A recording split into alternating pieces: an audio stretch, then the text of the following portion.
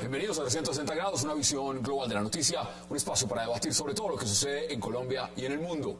Iniciamos hoy 360 hablando del escándalo político del día, los secretos del proceso 8000 que decidió revelar el expresidente Andrés Pastrana, que ahora no solo vuelven a enfrentarlo con el expresidente Ernesto Samper, sino también con otro exmandatario, César Gaviria. Pastrana, con pruebas, afirma que la campaña presidencial de Samper fue financiada con dinero del narcotráfico a mutuo acuerdo y que César Gaviria sabía que las grabaciones que demostraban esos hechos eran ciertas. Gaviria no ha dudado en responderle que Pastrana respira amargura y resentimiento. ¿Qué ocurrirá ahora con la resurrección del proceso 8000? Debate esta noche en 360. Y también hablaremos de la polémica que desata otra nueva convención de un partido político en Colombia, en esta ocasión la de los liberales, donde algunos miembros afirman ya todas las decisiones fueron tomadas al haber sido chantajeado el presidente de la colectividad, Simón Gaviria.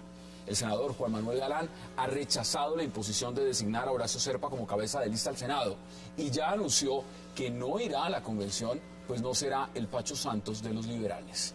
¿Qué ocurre en el Partido Liberal? Debate esta noche en 360 y en segundos le damos la bienvenida a nuestros invitados.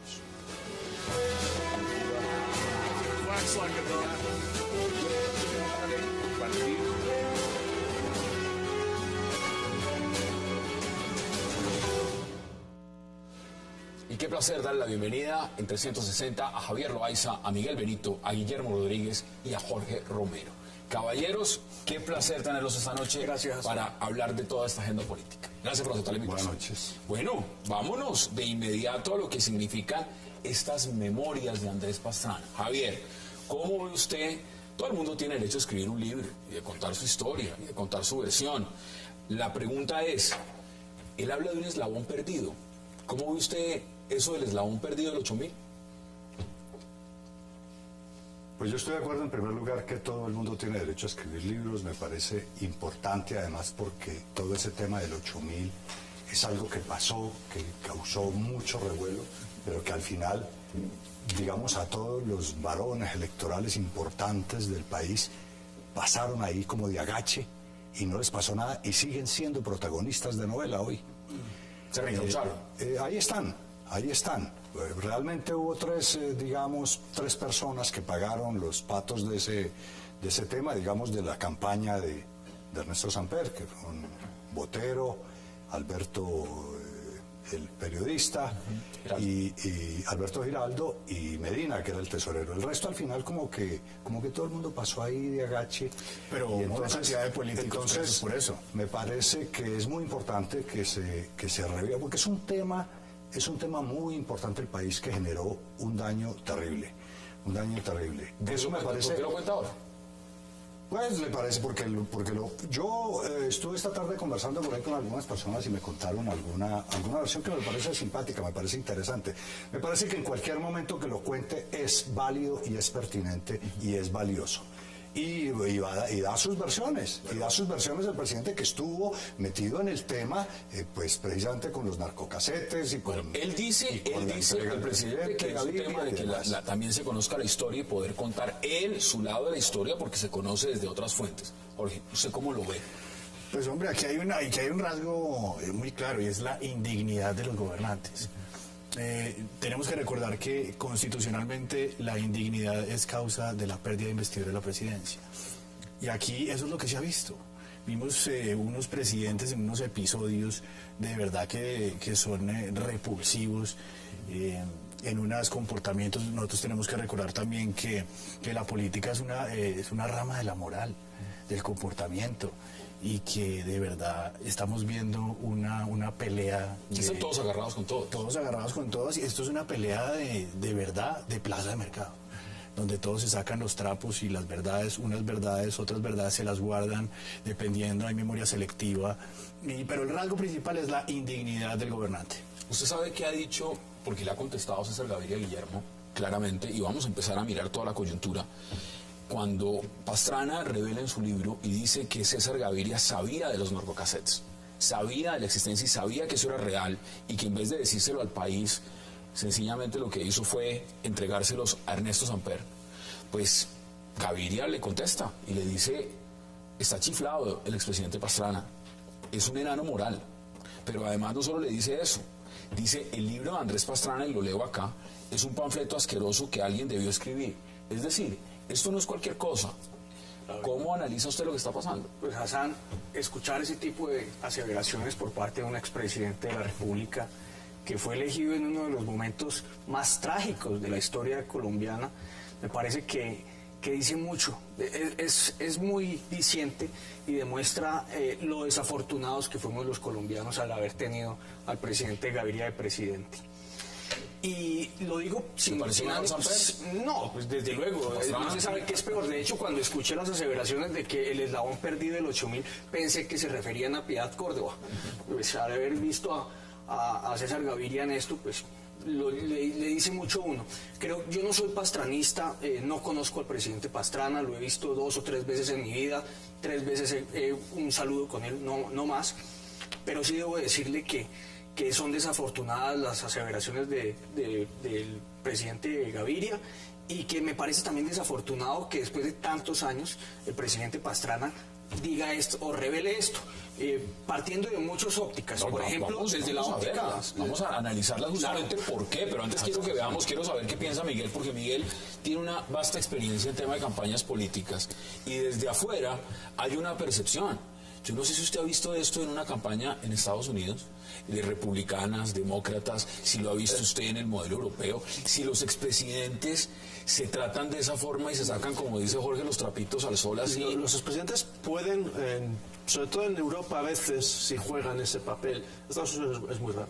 El expresidente es un señor jubilado. O sea, Bush atacando a Obama. Jubilado en vida. O sea, es un señor que a la edad en que deja el cargo ya no hace nada. ¿Cero Twitter? Cero Twitter. Puede tuitear o puede escribir sus memorias. Eso sí es típico. Es un paso típico, escribir las memorias. Pueden tener algo de Twitter o algo de presencia pública, pero suelen ser más enfocados en algún tema muy concreto, alguna fundación, alguna campaña de ayuda. Incluso en esas aprovechan su posición de expresidente para salir con el nuevo presidente. O sea, decirle a otro enano moral o decirle chiflado. Pero ya les voy a dar la palabra porque quiero que veamos justamente las declaraciones, qué fue lo que dijo César Gaviria, una respuesta muy fuerte a Andrés Pastrana. Yo no creo que la comunidad internacional se vaya a preocupar de las declaraciones del presidente Pastrana, que él refiere 20 años después de ocurridos los hechos, y en las cuales simplemente dice que yo sabía. Pues yo no sé cómo se enteró él de que yo hubiera podido saber. Las autoridades de la República, las militares, las de policía, el fiscal, el ministro de Defensa y yo nos enteramos el jueves en la noche y el viernes en la mañana. No sé el que tiene en su imaginación, que dice que todo el mundo sabía mucho tiempo antes. No sé quién sea todo el mundo, no sé quién le contó. No sabe quién le contó, Javier. Mire, aquí hay, como decía Jorge, al principio, aquí hay un problema ético. Este es un país enfermo. Este es un país gravemente enfermo y tiene que ver mucho con el impacto que ha generado el narcotráfico. Ese dinero por montones que puede comprar de todo y a muchos. Pues compró una presidencia. Bueno, ese caso de Andrés Pastrana es sintomático. Allá y ahora, allá, en su momento, en el país, incluso en un Consejo de Ministros lo declararon traidor a la patria.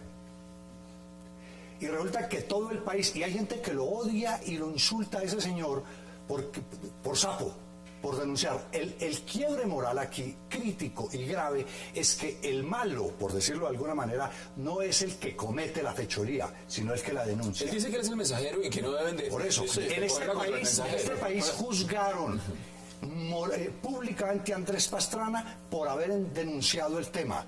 Y resulta que Samper era el pobrecito que no lo dejan gobernar. Es decir, el que hace la picardía no se sanciona moralmente en este país, en esta sociedad. Y el que lo denuncia sí. Y el que denuncia sí. ¿Está de acuerdo?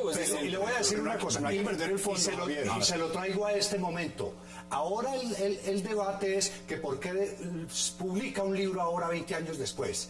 El debate no es por qué publica, es si realmente Gaviria sabía o no sabía. El tema, ahí escuchamos las declaraciones, dice que todo el mundo sabía. El tema es de fondo. A ver, el tema es de fondo. ¿Qué dice usted? El tema es no de de fondo. forma. El ministro de Trabajo actual tenía el trabajo de tapar el escándalo delincuencial más grande de la historia de Colombia.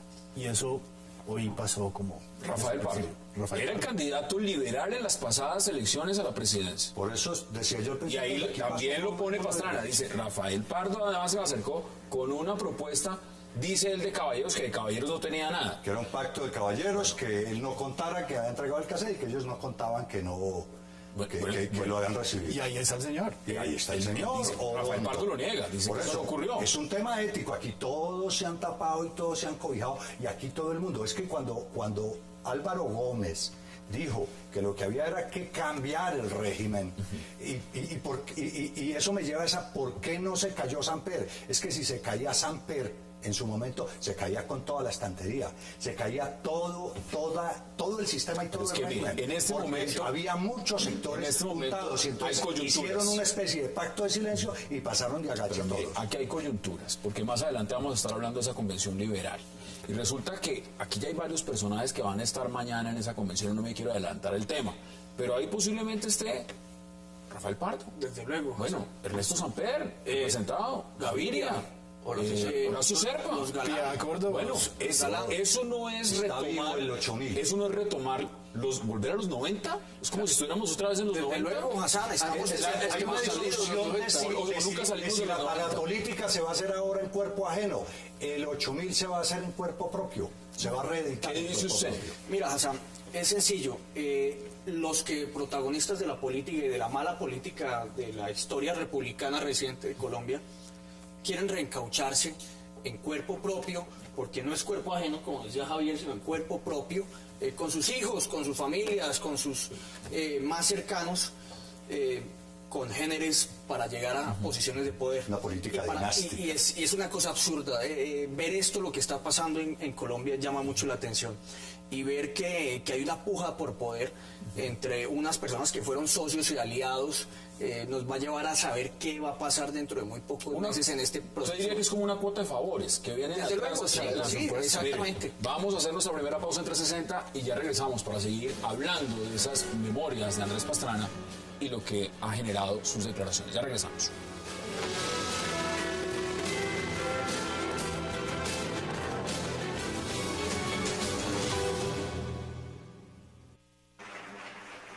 Polémicas han resultado las declaraciones del expresidente Andrés Pastrana sobre lo consignado en su libro Memorias Olvidadas, acerca del presunto conocimiento del expresidente César Gaviria de la existencia de los llamados narcocassettes, en los que Miguel Rodríguez Orejuela afirmaba haber aportado dinero a la campaña de Samper, lo que dio inicio al muy mencionado proceso 8000.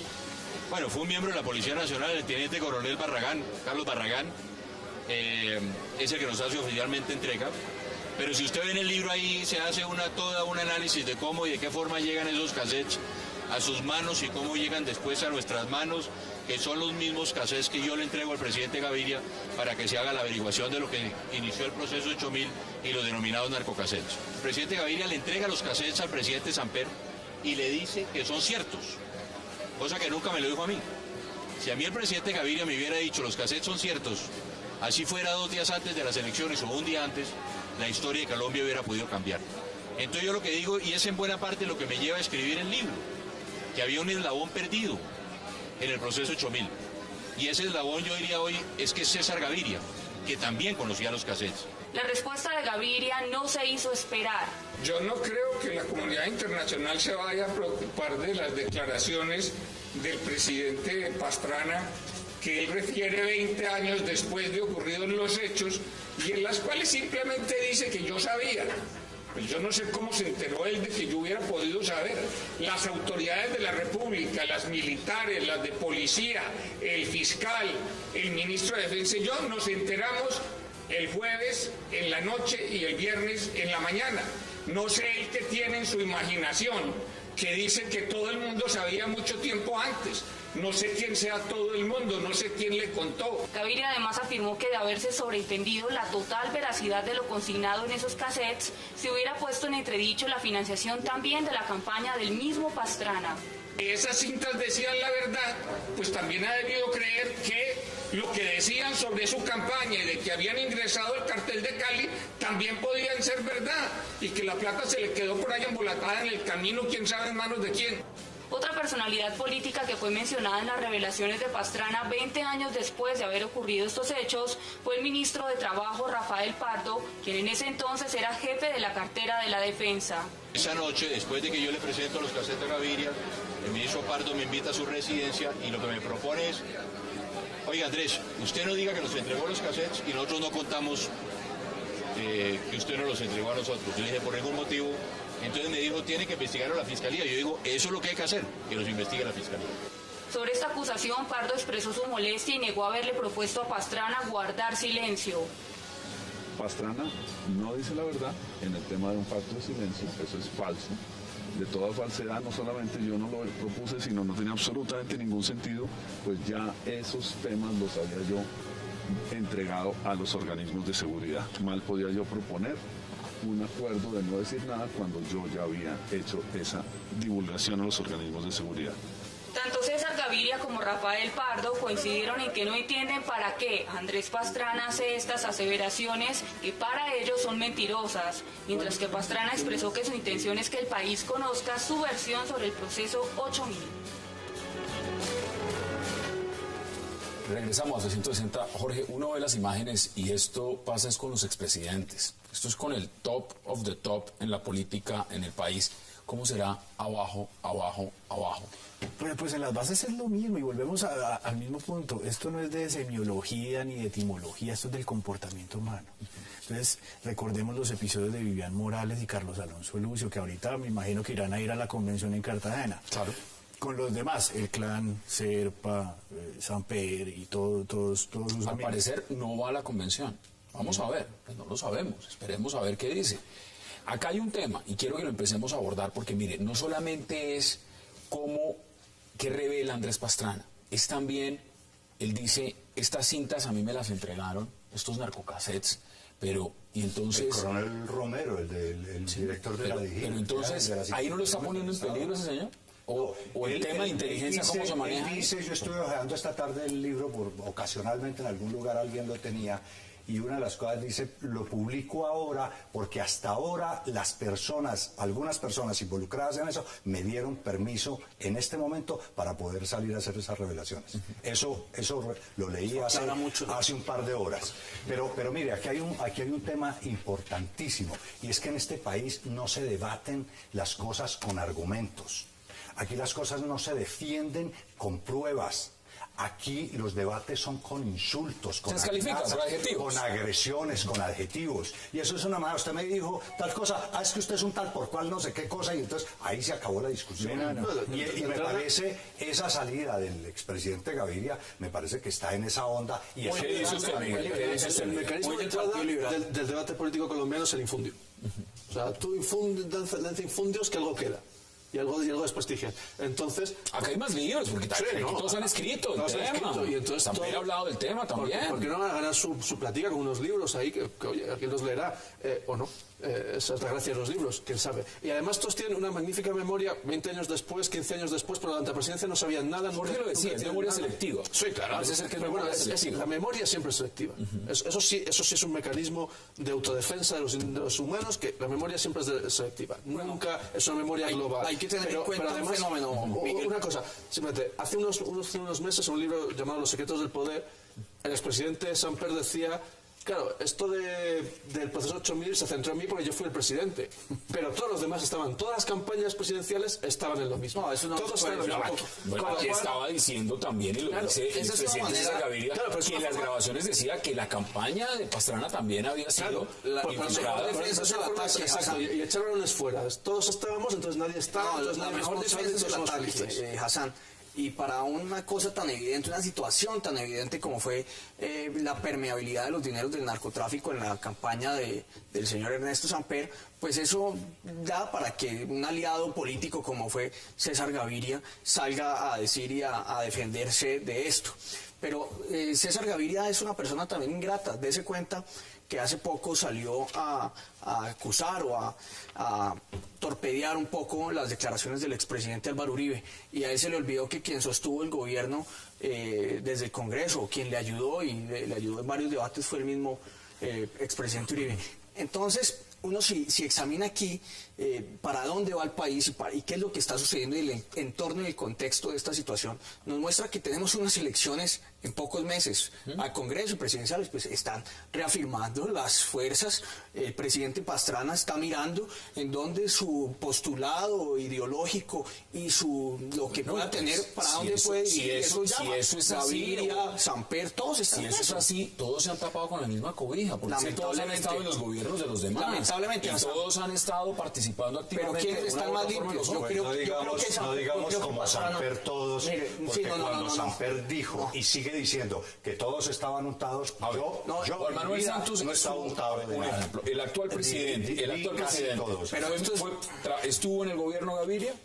Estuvo en el gobierno. Ese círculo político. Hoy Julio Sánchez le recordaba al ministro de Trabajo. El ministro Rafael Pardo estuvo en el gobierno. En los dos gobiernos. En los dos gobiernos se reciclan y son lo han mismo. formado parte no solo de ineficiencia e incompetencia, sino además de cosas bastante raras. Las mismas conspiraciones. No solo el gobierno Sánchez es selectiva, sino que también la de los ciudadanos es muy selectiva. Hoy Julio Sánchez le recordaba al ministro de Trabajo que en esa época se habían encontrado en la casa de Juan Manuel Santos para oír los narcocassettes. Entonces, todo es exactamente lo mismo. El director de noticias de RCN es Rodrigo Pardo. Mire, otra que cosa hizo parte de ese gobierno. Otra cosa que revela el Estamos libro totalmente untados y entejados. Así como se lo entregó a Gaviria, se lo mandó a todos los directores de medios. Pues cuando dice todos, me imagino los de televisión. No puede decir tampoco esa palabra, todos. Y que todos se quedaron callados. Nadie y todos ocultaron todos, la cosa. no. Pero eso es muy complicado. Ahora, aquí hay un tema bien interesante. Y es relacionado con las elecciones que vienen. Según la encuesta de la semana pasada, o de esta semana, el 23% de la gente piensa que va a votar en blanco. Sí, el 50% o está indeciso o no sabe por quién va a votar. No sabe por quién va a votar. Pero te voy a dar un dato. Yo sí le puedo decir por quién hay que votar. Eso es de un padrón electoral de 36 millones. Eso es el 50%, 18 millones. Pero le voy a dar otro dato. Hay 18 millones de personas en este país en este momento entre 20 y 35 años. Sí, pero es que esa generación... La pregunta que esa generación no está viendo que todo lo que figura ahí en el escenario usted lo está diciendo, Javier, son de 25 a 30 años. Esa generación en el año 95 tenía 12 años. No saben muchos qué era el proceso 8000. No tienen ni idea pues hay que cuál fue el gobierno. Que el señor hizo una alianza con el cartel de Cali, no sabe tampoco, presidente. Apenas empezó a conocer gobierno en el 2002 para adelante. Pero a esa generación, a toda esta clase política, hay una cosa, no le gusta. La política tiene que estar ordenada al bien común. La realidad de hoy es mi punto de la indignidad de los gobernantes. Hoy en día el gobernante en ejercicio es una persona indigna de su cargo. Por eso yo les traigo unas cosas que de verdad asquean, porque el gobernante de turno no está interesado en la salud del país. Lo único que le interesa es una reforma a la salud. Hay una reforma a la salud. Sí, pero parece que no le interesa, porque le interesa más bien comprarse una trotadora de 25 millones de pesos, que aquí está la factura. Le interesa comprarse un multigimnasio de 10 millones, le interesa comprarse un banco de pecho de 7 millones de pesos. Pero que la salud le interesa mucho. Y le interesa comprarse una elíptica de 10 millones. Entonces se gasta. ¿Eso es de dónde? ¿Eso es de quién? Esos son compras de Juan Manuel Santos. Elíptica. Aquí están las facturas de la presidencia. Es correcto. No creo. Si eso es del personal, no tiene nada que ver. Departamento administrativo de la presidencia de la República. Pero yo sí creo que no creo que le compren a la señora de los Tintos una trotadora de 25 millones. Vamos a la pausa porque vamos a hablar de convención. Y no solamente es una convención próxima, es las que han pasado también. Vamos a la pausa en 360 y ya regresamos.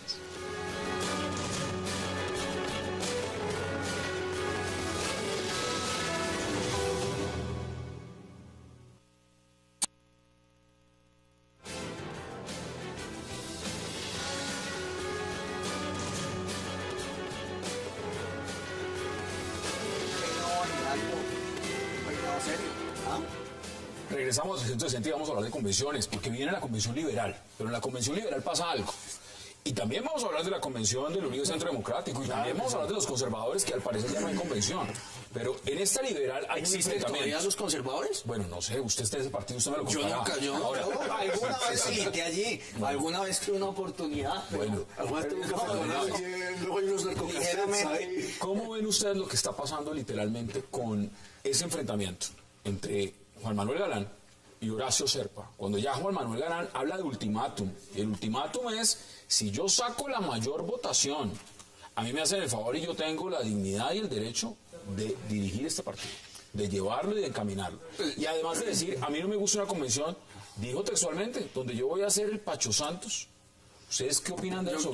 Yo creo que eso en el contexto se divide en dos fases. Primero, que es muy acertado que él diga que él tiene, por tener una mayoría electoral dentro del partido, tiene la jefatura y puede encabezar la lista. Pienso que más que hablando como un delfín afortunado y con suerte en la política, está hablando como un jefe político. Y creo que hay que darle ese galardón, hay que reconocerle eso a él. Y por otra parte me parece muy descontextualizado que diga que él no va a ser el Pacho Santos. ¿Qué quiere decir con eso? Pues eso Pacho Santos fue derrotado en una convención que ningún partido en Colombia ha hecho. Mire, Hassan, yo participé de 3 convenciones con este señor que está aquí al lado. ¿Usted ha leído los últimos chats que han salido que cuentan cosas distintas? Pues es que aquí se pueden inventar 1000 cosas, Hassan, aquí pueden inventarse 1000 cosas. Que dicen que es que estaba arreglada la convención, eso es totalmente desacertado. Totalmente desacertado. No es desacertado, es que sea cierto o no. ¿Qué mentira hay? No es cierto, no es cierto. Tiene tanto de mentira como uno por uno. Pacho Santos no preparó la convención. Él creía que iba a ganar por voto popular, no preparó la convención, llegó a una convención y resulta que la perdió. Claro, es que suele pasar, si no preparas la convención, las pierdes. Son dos procesos diferentes. ¿Y quién la preparó? Oscar Iván Zuluaga. ¿Y cómo la preparó? Bueno, pero la preparó. Es que eso no es antidemocrático, no, él contemplaba la posibilidad de una... Pero bueno, es que ese no es la discusión. A ver, ¿de cuál vamos a hablar? Vamos a empezar. Si es a empezar. la uribista, yo les digo mi opinión con mucho gusto. Bueno, Es una convención que se inventaron en 10 días y que acordaron 3 días antes estaban diciendo las reglas. O sea, cualquier cosa que pasó allí, eso lo que salió es una amasijo ahí. Y bienvenidos a la nueva definición de no, yo no creo eso. Además, es un partido que no tiene una organización política que no tiene una estructura. Si hay una estructura, claro. Están los estatutos, es lo que el jefe máximo pero es que no diga. puede tener estatutos sencillamente porque no tiene una personería jurídica. Entonces tenemos un estatuto. Es una organización. Cuando tengamos personería jurídica, subimos los estatutos en el Consejo Nacional Electoral. Primero lunes que martes. Primero lunes que martes. Había un estatuto. Un momento. Había unas reglas anticipadas 2 o 3 meses antes. Totalmente equivocado. Hay una personería jurídica, una corporación que se llama Corporación. Eso no es un partido, eso no es un partido, eso no es un partido. ¿Y qué pasa? Un grupo aislado. Y eso no es un partido. Y se está inscribiendo por otra. Hay que saber en qué se está, porque uno puede salir por una cosa tan seria como es esto. A decir cosas que son. Vamos por partes, porque no los están escuchando. No los están escuchando. No, Javier, vamos por partes, ¿sabes? Vamos a empezar hablando de un tema que fue el que planteamos. Estamos hablando de una convención que se va a tener lugar en Cartagena y tiene que ver claramente con el Partido Liberal. Esa convención, ¿ustedes cómo la ven en este momento? Bueno, yo veo una cosa entre líneas y es la siguiente. Juan Manuel Galán goza de un buen prestigio, pero leo entre líneas una especie de chantaje. Porque él dice que por ese tipo de cosas su papá se sale del Partido Liberal y funda el Nuevo Liberalismo. Sí. Yo me vuelo una especie de trapisonda con eso. Sí, porque si no van él está diciendo, hombre, yo soy aquí el popular, aquí me meten con mis condiciones, si no van con mis condiciones, yo no voy a la convención. Y recuerden lo que ha pasado con mi papá. Entonces, vamos a ver qué pasa. Recordemos, entre los liberales puede suceder cualquier cosa. Esa es la realidad. La pregunta es la siguiente, miren, y hay que ser pragmáticos con esto. Horacio Serpa está diciendo prácticamente, exigiendo que él tenía que encabezar. La pregunta es entonces, ¿quién manda en el Partido Liberal? ¿Manda Simón Gaviria? manda Simón Gaviria, manda el señor Juan Manuel Galán, manda la colectividad de la convención, que es la que va a elegir, o ya ha elegido Serpa. ¿Para qué hacen una convención si ya se sabe quién es el que va a elegir? ¿Cómo lo ves? Las convenciones hay de tres tipos. Unas que son postelectorales, normalmente esas se celebran para el triunfo. Pues en esas no hay nada que decidir, todo el mundo está contento, todo el mundo se da palmas en el hombro, lo único que quiere es saber qué cargo se lleva. Punto. Esas no deciden nada. Y luego están las preelectorales, otras dos. Unas que deciden quién va y otras en las que ya está decidido y lo que se hace es el acto de refrendatario de todo el partido, de estamos todos juntos. Bueno, y hay una cuarta, de a ver si hay, que es la que va a haber en el partido. ¿Cuál es esta? bueno, sí, pero esas son incógnitas y... ¿Cuál es esta? ¿Cuál es esta? No, esa es la que se llama la de la negociación, que es lo que va a salir. Unos goditos van a, bueno, lo que queda de esos goditos van a salir. A decir, aquí hay 5 goditos, a ver qué nos dan, a ver qué nos dan. No, entonces, en esta en principio parecía que iba todo dicho y todos vamos a aplaudir al nombramiento de Serpa, y Galán, que se siente con fuerza, reclama su espacio, reclama su minuto. Y eso a veces da su rendimiento. Tú eres el outsider, esa convención bajita, un poco siendo una escuela de vudú donde cada uno lleva su muñequito para poderlo chuzar. Eso, el gran jefe de la mermelada determina qué va a pasar. Punto. ¿Quién es el gran jefe de la mermelada? El señor presidente de la República. Él es el que decide qué va a pasar en esa convención. Determina qué va a pasar. Porque mire, le voy a sacar un poquito el tema. Samper ha creado una cosa que se llama Unidad Nacional, y eso se llama Partido Único Santista. Estamos en un régimen de partido único en este país. Yo diría... Es un régimen de un partido único santista, donde hay como unos colores y unas cosas ahí que entre ellos se pelean, pero al final el que determina con las dádivas ha sido capaz de comprar a todo el mundo. Porque además, a todo el mundo. En Colombia... Y los quiere a todos metidos bajo su... No hay costumbre de hacer oposición. No hay costumbre de hacer oposición. Ni en el Congreso, ni en los partidos. En todos los partidos del mundo... Miguel, el procurador está diciendo claramente que hay una ley de garantías. Está diciendo, no hagan esto, no hagan esto, no hagan esto, y al día siguiente están haciendo todo lo contrario y le dicen, no estamos de acuerdo, no nos parece, no vaya a la convención, allá van a Pero ¿qué hubiera pasado si lo hubiera hecho el expresidente Álvaro Uribe? Le cae el mundo encima. No lo sé, lo que le estoy diciendo es que en este momento ese es el panorama que tenemos. Ahora, lamentablemente. Veamos otra faceta de lo que esto significa, porque pues hemos hablado de los liberales, ustedes ya se metieron a analizar también el tema del Uribe Centro Democrático. ¿Y los conservadores qué? Pues que los conservadores, al parecer, ya ni convención tienen. Es que no hay nada, Hassan, ya no hay nada. Mire, eso fue un partido serio, dejó de ser un club. Fue un club parlamentario. Usted ya lo no acabó. hay nada, es que allá no hay nada, Hassan.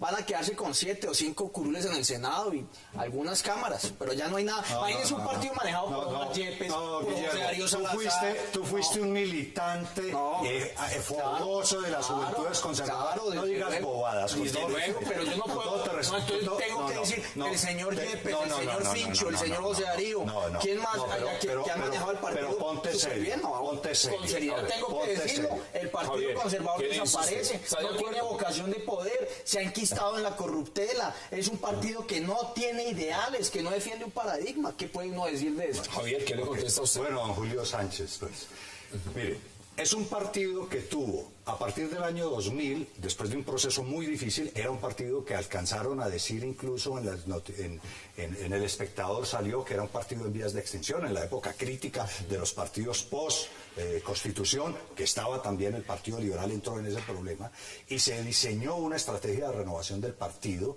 que lideró Carlos Holguín durante 6, 7 años, y se hizo un trabajo y se recompuso un partido que estaba... Además, muy efectivo. Pero déjeme terminar. Es otra cosa, Javier. A ver, pero muy efectivo porque al parecer... Ahí conocí yo a Guillermo, era muy fogoso, conservador. Casi Desde tanto luego. como ahora parece Desde conservador. Le digo, después de que se fue Carlos Holguín, el partido cambió la estrategia. ¿Cuál fue la estrategia? Por decirlo de una manera generosa, fue no tener estrategia. Y no tener estrategia es que cada cual hiciera lo que quisiera. Y ahora ha llegado un nuevo presidente que es Omar Yepes tratando de recoger. Y entonces hay allí tres tendencias. Unos que están entregados a la mermelada, que son los congresistas, entregados a la mermelada con Santos. Otros que siguen venerando a Uribe, igual que Guillermo, como si Uribe fuera un Está dividido en tres. Y a otros no está dividido, hay tres tendencias. Puede que el 26 de enero se divida, pero en este momento no hay división. Tengo que ir a una pausa, Javier. Es un partido Cuando algo que se tiene divide, 164 años. Interesante es que ustedes han hablado de renovación en el Partido Conservador y al parecer la renovación es con Gerlain a la cabeza. Vamos a mirar. Vamos a la pausa en 360 y ya regresamos.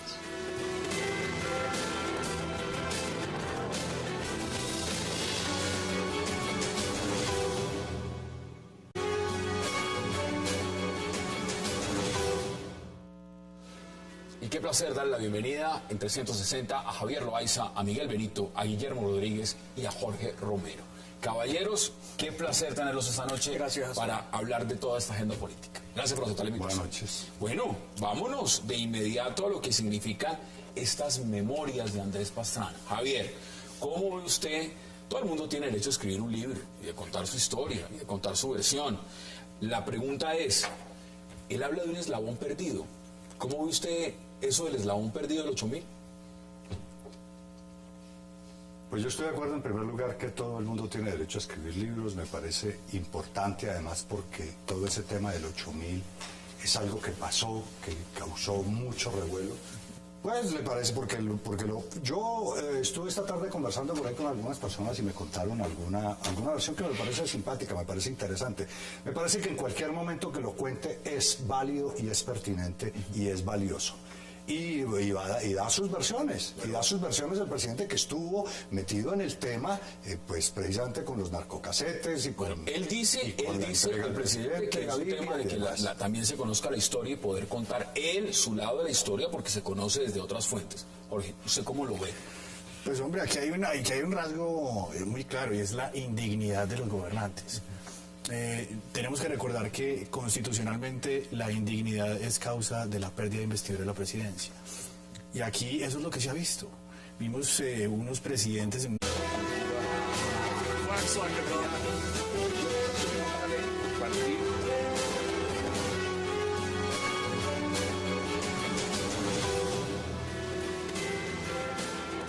Bienvenidos a 360 grados, una visión global de la noticia, un espacio para debatir sobre todo lo que sucede en Colombia y en el mundo. Iniciamos hoy 360 hablando del escándalo político del día, los secretos del proceso 8000 que decidió revelar el expresidente Andrés Pastrana, que ahora no solo vuelven a enfrentarlo con el expresidente Ernesto Samper, sino también con otro exmandatario, César Gaviria.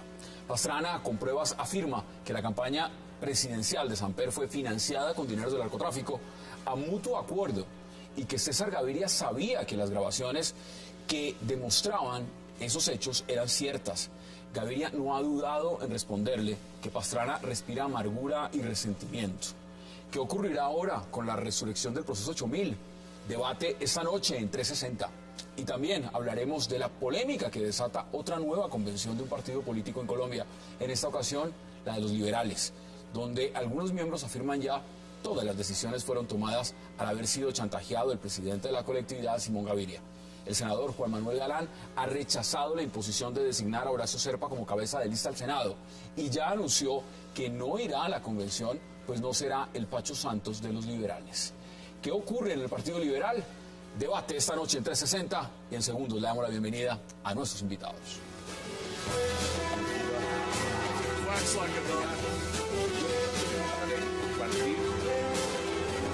Pero que al final, digamos, a todos los varones electorales importantes del país pasaron ahí como de agache y no les pasó nada y siguen siendo protagonistas de novela hoy.